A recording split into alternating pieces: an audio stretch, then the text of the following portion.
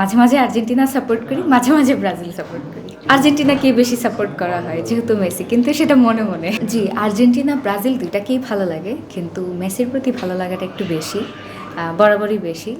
ওর খেলার প্রতি একটু আগ্রহ বেশি, তাই আর্জেন্টিনা মাঝে মাঝে আর্জেন্টিনা সাপোর্ট করি, মাঝে মাঝে ব্রাজিল সাপোর্ট করি। আদতে কোনটা বেশি করেন, আর্জেন্টিনা না ব্রাজিল? আর্জেন্টিনাকে বেশি সাপোর্ট করা হয় যেহেতু মেসি, কিন্তু সেটা মনে মনে বলা যায় না। তাহলে ফ্যামিলিগত ব্রাজিল দিক বলে যে- থেকে দেখা যায় যে ব্রাজিল চলে আসে, কারণ ফ্যামিলি সবাই ব্রাজিল।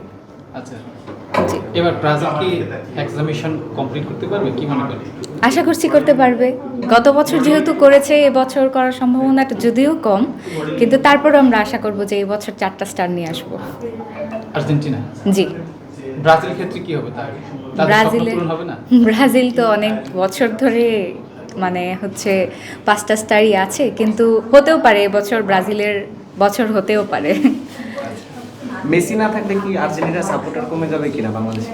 অবশ্যই কমে যাওয়ার সম্ভাবনাটাই বেশি, কারণ অনেকেই মেসির জন্যই শুধুমাত্র আর্জেন্টিনা সাপোর্ট করে থাকে।